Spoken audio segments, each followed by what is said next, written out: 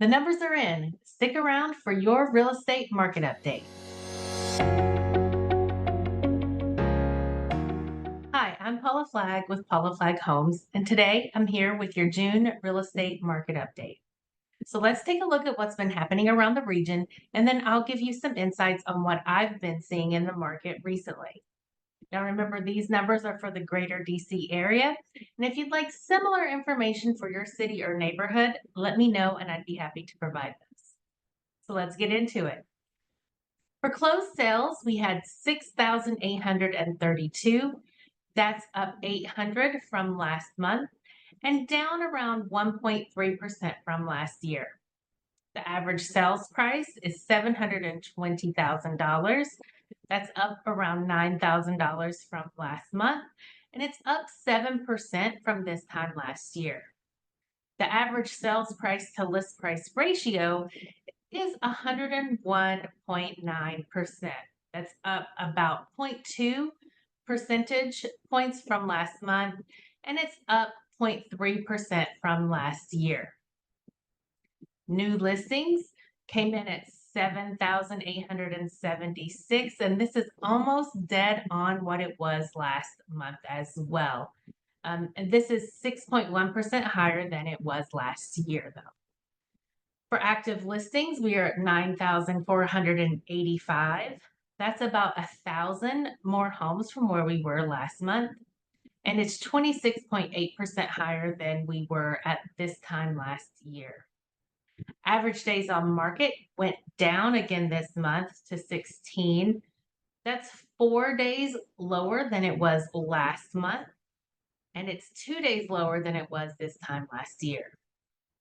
Median days on market has stayed the same as last month. It's 6 days, and it's also the same as it was last year. Now, if we look at month supply, we're at 1.74 months. That's about 0.25 higher than last month's numbers and up around half of a month from this time last year. And there you have it. Those are the numbers that came out for the month of May just a week or so ago. Now, the thing that stands out to me about these numbers are that the inventory has continued to go up slightly. Average sales price and sales price to list price ratio have also gone up, though. And average days on market dropped by 4 days, and the median days on market held steady at 6. So this is how it's showing up on the streets in the market. There are a lot of buyers in the market looking for their next home. So when a house comes on the market, it's usually getting a good amount of showings. Now, these buyers are actually being very particular, though, in the houses that they're willing to put an offer on. So if a listing isn't perfect, a lot of buyers are willing to wait. They just don't have the same urgency as they had in the previous years. When something comes on the market, though, that meets the needs of the buyer, they're willing to compete for it.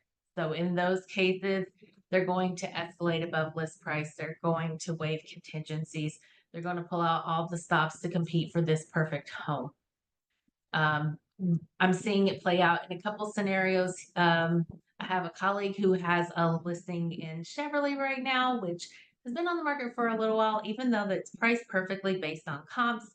It's getting a lot of showings, but people are choosing not to move forward with an offer because it doesn't have off-street parking, and there are some steps to get up to the entrance of the home. I have buyers who are looking to move a little further out of the city. They're looking for a home that is brand new or close to new with land and no HOA. And so anytime one of those criteria are not met, we don't even bother looking at the home, which has meant that we've had to wait weeks between seeing houses because there's just not a lot of homes that meet those specific criteria, and they're willing to wait.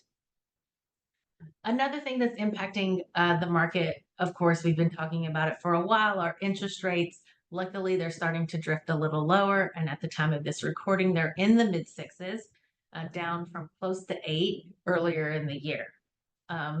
There was a Fed meeting a week or two ago, and Jerome Powell stated that he doesn't foresee any scenarios that would result in more rate increases from the Fed.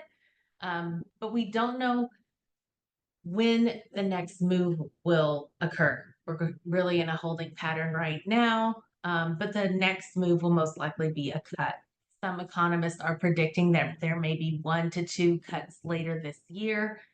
Some are predicting that it may not be until 2025 before we see the Feds cut their rates. Now, when they make a change into their rates, that's going to affect the 10-year Treasury bonds, and that's how we end up with adjustments in the mortgage interest rates. So those are the things that we want to monitor over the next couple of months, as well as the economic data that the Fed will use while making their decisions, which are things like inflation and the job data.